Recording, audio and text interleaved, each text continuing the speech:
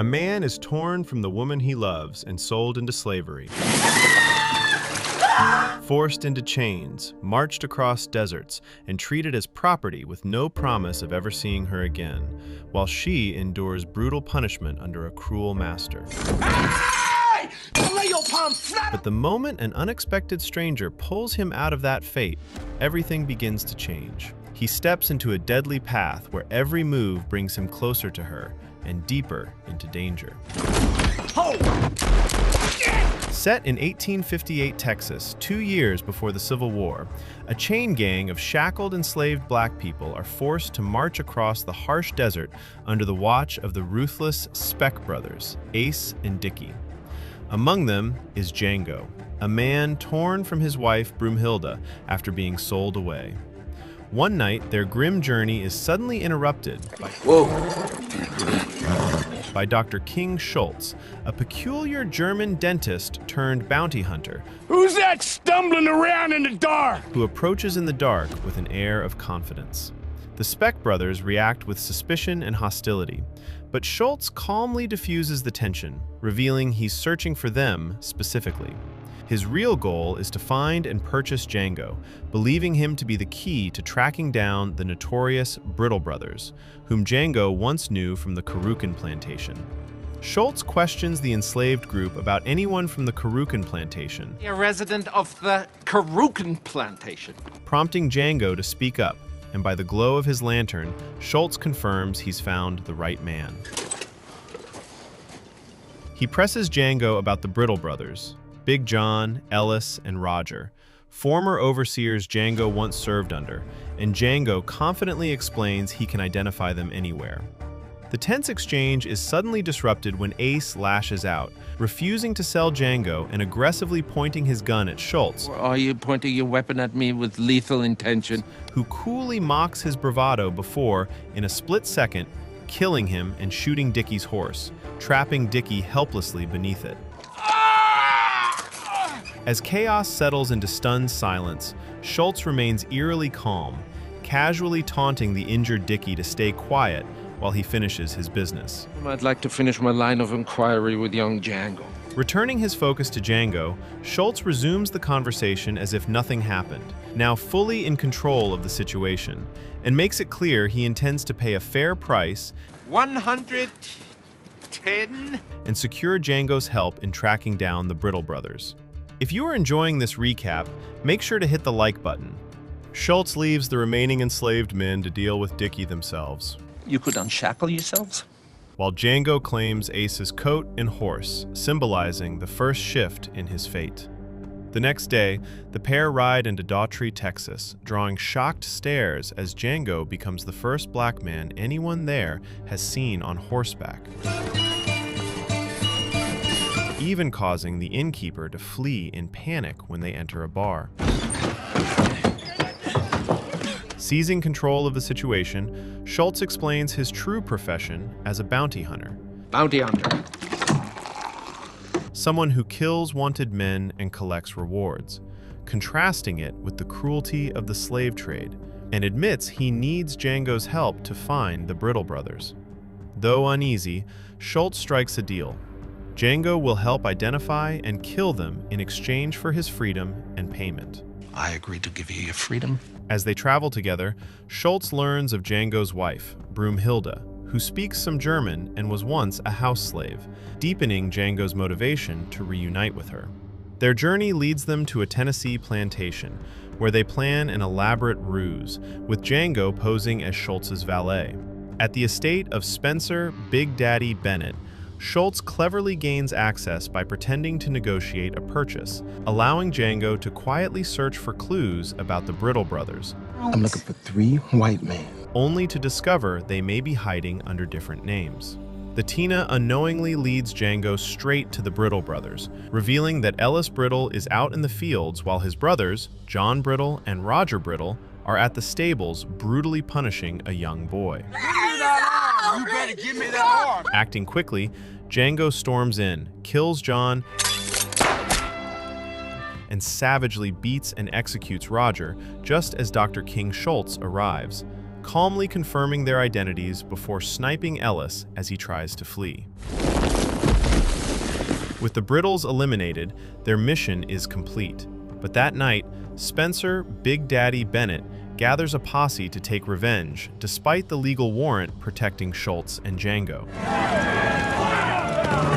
Unshaken, Schultz outsmarts them with an explosive trap, destroying their ambush and giving Django the chance to take down Big Daddy himself.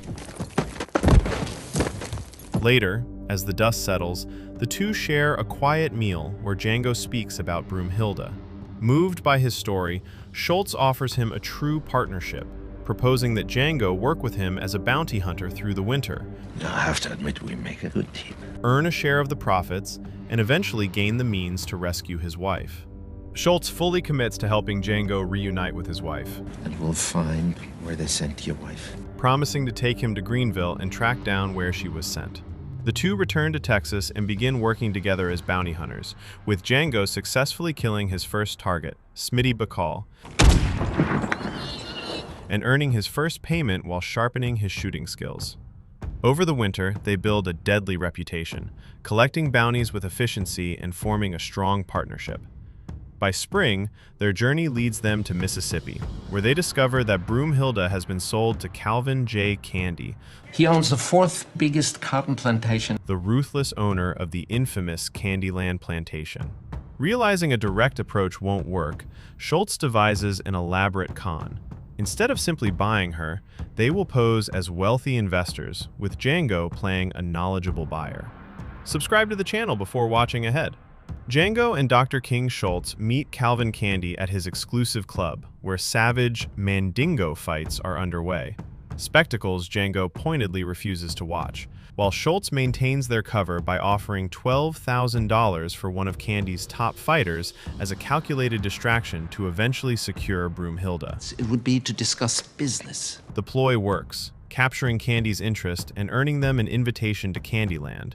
But on the journey there, Schultz quietly warns Django to stay composed if he wants any chance of rescuing his wife. Don't get so carried away with your retribution. Along the way, they witness a brutal scene as Candy's trackers corner D'Artagnan, a runaway fighter who pleads for mercy after losing his last match. Schultz nearly breaks character by offering to buy his freedom, I'll reimburse you. but Django intervenes to protect their plan. In a chilling test of loyalty, Candy turns to Django, forcing him to appear ruthless as he orders the dogs to maul D'Artagnan to death.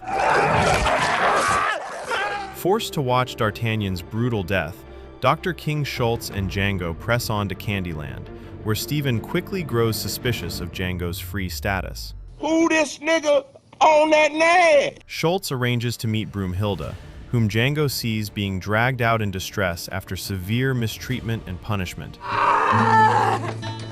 barely holding back his rage. That night, Schultz secretly explains their rescue plan in German, leading to a brief but emotional reunion. Hey, little troublemaker. During dinner, Steven carefully observes Broomhilda's shaken reaction to Django and pieces together the truth, testing his suspicion before confirming they share a connection. Realizing their real aim is to rescue her, not buy fighters, he informs Calvin Candy, turning the situation into a calculated and dangerous trap. Cause that nigga Django's in love with Hildy. Inside Candyland, Calvin Candy dismisses the others and confronts Django and Dr. King Schultz, exposing their true plan to buy Broomhilda and cruelly having her dragged in while physically abusing her. He forces a new deal at gunpoint, demanding $12,000 for her instead of the fighter Eskimo Joe, backed by threats of further torture. Now considering y'all have ridden a whole lot of Schultz reluctantly agrees and pays, but when Candy arrogantly demands a handshake to seal it, If I don't shake your hand, Schultz snaps and kills him. Chaos erupts as Candy's men gun Schultz down, and Django unleashes a violent shootout before surrendering to save Broomhilda, who is taken hostage. The next day, Django is captured and tortured, nearly castrated, but is instead sold off to a mining company. On the way, he cleverly deceives his escorts, posing as a bounty hunter I'm a bounty hunter. and promising them reward money, setting up his escape. After tricking them into freeing him, he kills them and takes their weapons and dynamite. Armed and determined, he rides back to Candyland, swiftly taking out the trackers before retrieving Broomhilda's freedom papers from Dr. King Schultz's body, pausing to pay silent respect Auf Wiedersehen. and vow revenge. He then rescues Broomhilda from captivity and, as night falls, systematically kills Laura Lee, Billy Crash, and the remaining henchmen returning from Calvin Candy's funeral. Confronting Steven, Django cripples him and ignites the dynamite planted across the mansion, leaving him inside as the estate explodes. With vengeance complete, Django and Broomhilda watch Candyland burn before finally riding off together to freedom. Thanks for watching, and don't forget to share this with your friends.